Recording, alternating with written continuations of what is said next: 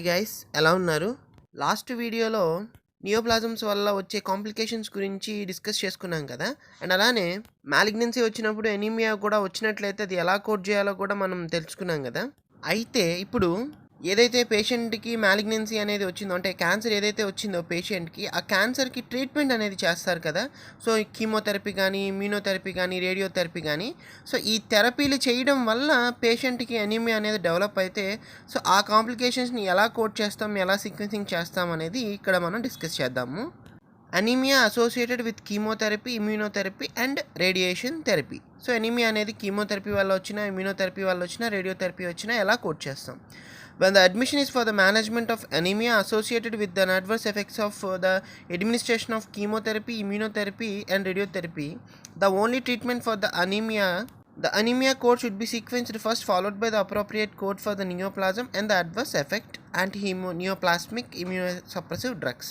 So ఇక్కడ ఏం చెప్తున్నారు అంటే, when the admission is for the management of anemia associated with adverse effect, so ఒక పేషెంట్ కీమోథెరపీ వల్ల వచ్చిన ఎనీమియాకి ట్రీట్మెంట్ కోసం అడ్మిట్ అవుతున్నారు అనుకోండి.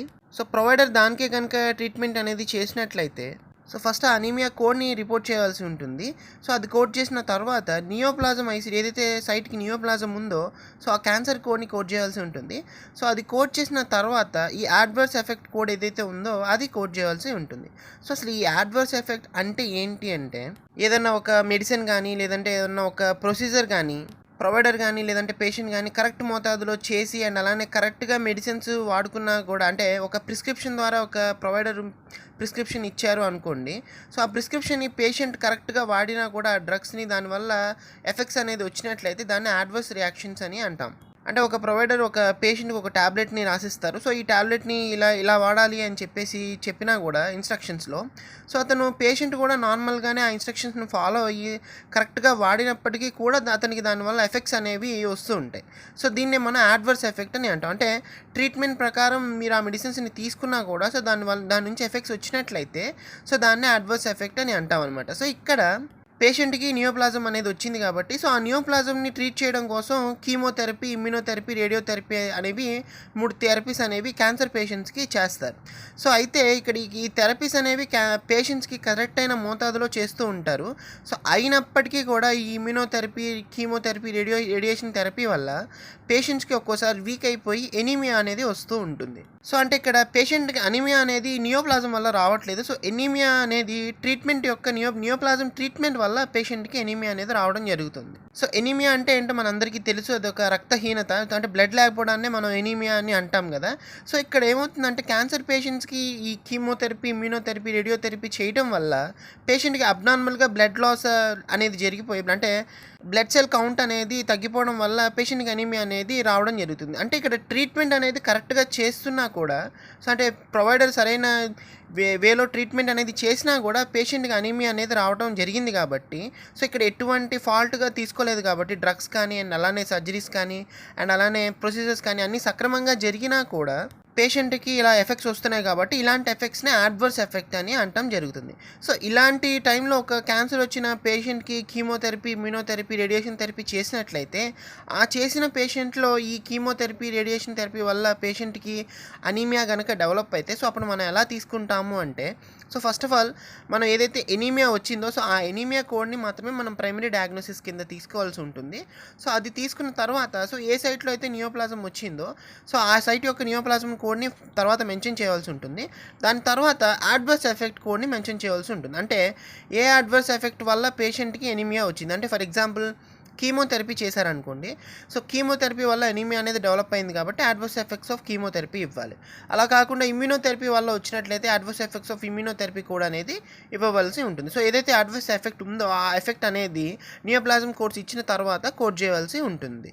సో ఈ ఎగ్జాంపుల్ ఇంకా క్లియర్గా అర్థం కావడం కోసం ఒక ఎగ్జాంపుల్ని డిస్కస్ చేద్దాము.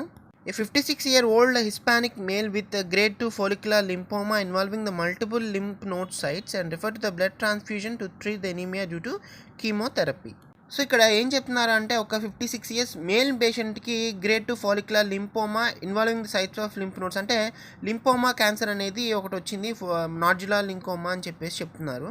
సో అంటే మల్టిపుల్ లింఫ్ నోడ్స్కి ఇన్వాల్వ్ అయిన క్యాన్సర్ వచ్చింది అని చెప్పేసి ఇక్కడ మెన్షన్ చేస్తున్నారు. అండ్ ఇంకోటి ఏం చెప్తున్నారు అంటే, referred for blood transfusion to treat anaemia due to chemotherapy. అంటే ఇక్కడ బ్లడ్ ట్రాన్స్ఫ్యూషన్ చేయాలి పేషెంట్కి అని చెప్తున్నారు. సో బ్లడ్ ట్రాన్స్ఫ్యూషన్ ఎప్పుడు చేస్తాము అంటే, సో ఎవరైతే పేషెంట్కి బ్లడ్ ఉండదో అంటే ఈ కీమోథెరపీ వల్ల కానీ లేదంటే ఏదైతే ట్రీట్మెంట్ ఉందో ఆ ట్రీట్మెంట్ వల్ల బ్లడ్ సైట్స్ అనేవి తక్కువైపోయి బ్లడ్ సర్క్యులేషన్ తక్కువగా ఉంటుందో, సో అలాంటి పేషెంట్కి బ్లడ్ ట్రాన్స్ఫ్యూషన్ అనేది చేస్తారు. సో ఇక్కడ బ్లడ్ ట్రాన్స్ఫ్యూషన్ అంటే ఏంటి అంటే the process of transferring blood or blood products from one circulation to another circulations intravenously. అంటే ఇక్కడ ఏంటంటే బ్లడ్ అనేది తీసుకుంటారు. బ్లడ్ అనేది తీసుకుని ఐవీ ద్వారా అంటే ఇంట్రావీనస్ ద్వారా బ్లడ్ అనేది ఎక్స్చేంజ్ చేస్తూ ఉంటారు. అంటే బ్లడ్ ట్రాన్స్ఫర్ అనేది జరుగుతుంది. అంటే సింపుల్గా చెప్పుకోవాలి అంటే ఒక పేషెంట్ దగ్గర నుంచి ఒకరి దగ్గర నుంచి బ్లడ్ అనేది తీసుకుంటారు. అది ఎవరికైతే ఆ బ్లడ్ తక్కువగా ఉందో, ఎవరికైతే బ్లడ్ అనేది నీడ్ ఉందో వాళ్ళకి సింపుల్గా సో ఐవీస్ ద్వారా బ్లడ్ అనేది మన శరీరంలోకి ఇంజెక్ట్ చేస్తారు. సో దీన్ని బ్లడ్ ట్రాన్స్ఫ్యూజన్ అని అంటాము. సో అయితే ఇక్కడ ఏం చెప్తున్నారు అంటే grade 2 follicular lymphoma involving the lymph nodes. అంటే ఈ క్యాన్సర్ ఉన్న ఒక పేషెంట్కి సో వాళ్ళని provider referred for blood transfusion. అంటే బ్లడ్ ట్రాన్స్ఫ్యూజన్కి రిఫర్ చేశారు to treat the anaemia due to chemotherapy. So ఇక్కడ ప్రొవైడర్ ఏం చెప్తున్నారు అంటే ఇక్కడ పేషెంట్కి కీమోథెరపీ వల్ల ఎనీమియా అనేది రావడం జరిగింది. సో ఆ ఎనీమియా అనేది ట్రీట్ చేయడం కోసం ప్రొవైడర్ బ్లడ్ ట్రాన్స్ఫ్యూజన్ చేయాలి ఈ పేషెంట్కి అని చెప్పేసి ఇక్కడ మెన్షన్ చేస్తున్నారు. సో కాబట్టి ఇక్కడ ఎనీమియా అనేది కీమోథెరపీ వల్ల వచ్చిందని మనం అర్థం చేసుకోవాలి. Here the code for anemia is sequenced first, followed by the code for the malignant neoplasm and lastly code for the adverse effect.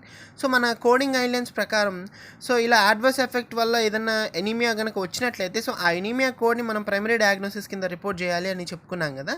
So కాబట్టి ఎనీమియా కోడ్ని మనం ఫస్ట్ రిపోర్ట్ చేయాల్సి ఉంటుంది.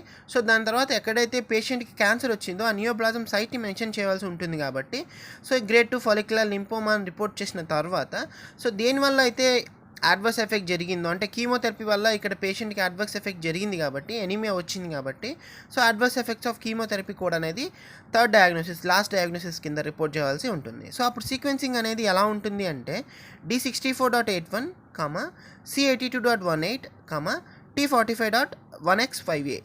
సో D64.81 వచ్చేసి anaemia due to anti neoplastic chemotherapy. అంటే anaemia అనేది ఇక్కడ chemotherapy వల్ల వచ్చింది అని చెప్పేసి ఇక్కడ మెన్షన్ చేస్తున్నారు. అండ్ అలానే C82.18 follicular lymphoma grade 2 and lymph sites of multiple sites. So ఇక్కడ క్యాన్సర్ యొక్క టైప్ని మెన్షన్ చేస్తున్నారు. సో మన నియోప్లాజం కోడ్ని సెకండరీ డయాగ్నోసిస్గా ఇవ్వాలి అని చెప్పుకున్నాం కదా. సో దాన్ని సెకండరీ డయాగ్నోసిస్ కింద రిపోర్ట్ చేసిన తర్వాత సో నెక్స్ట్ వచ్చేసి T45.1X5A అంటే adverse effects of anti-neoplasmic and immunosuppressive drugs initial encounter. So అంటే ఇక్కడ యాంటీ నియోప్లాస్మిక్ ఇమ్యూనోసప్రెసివ్ డ్రగ్స్ని యూజ్ చేయడం వల్ల పేషెంట్కి అడ్వర్స్ ఎఫెక్ట్ జరిగి సో ఎనీమియా వచ్చింది కాబట్టి సో ఈ కోడ్ అనేది రిపోర్ట్ చేయడం జరుగుతుంది. సో ఇప్పటిదాకా మనం ఎనీమియా అనేది కీమోథెరపీ వల్ల కానీ లేదంటే ఇమ్యూనోథెరపీ వల్ల కానీ వస్తే ఎలా కోడ్ చేయాలో చెప్పుకున్నాం కదా. సో ఇప్పుడు ఈ ఎనీమియా అనేది అడ్వర్స్ ఎఫెక్ట్స్ ఆఫ్ రేడియోథెరపీ వల్ల వస్తే ఎలా తీసుకోవాలి, ఎలా కోడ్ చేయాలనేది ఇప్పుడు ఒకసారి డిస్కస్ చేద్దాము. When the admission is for the management of anemia associated with an adverse effect of radiation therapy, the anemia code should be sequenced first, followed by the appropriate code for the neoplasm and 84.2. Radiological procedure or radiotherapy as cause of abnormal reaction of the patient or later the complication. So ఇందాక మనం immunotherapy and కీమోథెరపీకి ఎలా అయితే sequencing అనేది తీసుకున్నామో so ఇక్కడ కూడా sequencing అనేది అలానే ఉంటుంది.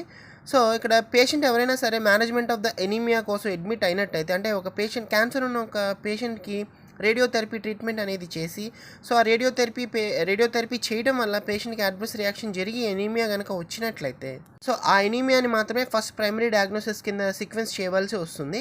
సో దాని తర్వాత పేషెంట్కి ఏదైతే సైట్లో నియోప్లాజం అనేది వచ్చిందో సో ఆ నియోప్లాజం సైట్ని సెకండరీ డయాగ్నోసిస్ కింద కోడ్ చేసిన తర్వాత సో ఈ రేడియోలాజికల్ ఈ అడ్వర్స్ ఎఫెక్ట్ ఏదైతే ఉందో Y84.2 కోడ్ అనేది థర్డ్ డయాగ్నోసిస్ కింద రిపోర్ట్ చేయాల్సి ఉంటుంది. సో ఇందా కేసులో మనం ఇలానే ఎనీమియా కోడ్ని ఫస్ట్ రిపోర్ట్ చేసినాము. సో తర్వాత క్యాన్సర్ కోడ్ని రిపోర్ట్ చేసిన తర్వాత మాత్రమే ఈ కీమోథెరపీ అండ్ ఇమ్యూనోథెరపీ కోడ్స్ అనేవి కోడ్ చేయడం జరిగింది కదా. సో అలానే ఇక్కడ లాస్ట్ ప్లేస్లో రేడియోథెరపీ కోడ్ని యాడ్ చేస్తున్నాము కీమోథెరపీ బదులుగా. సో ఇది ఇంకా క్లియర్గా అర్థం కావడం కోసం ఒక బెస్ట్ ఎగ్జాంపుల్ని డిస్కస్ చేద్దాము.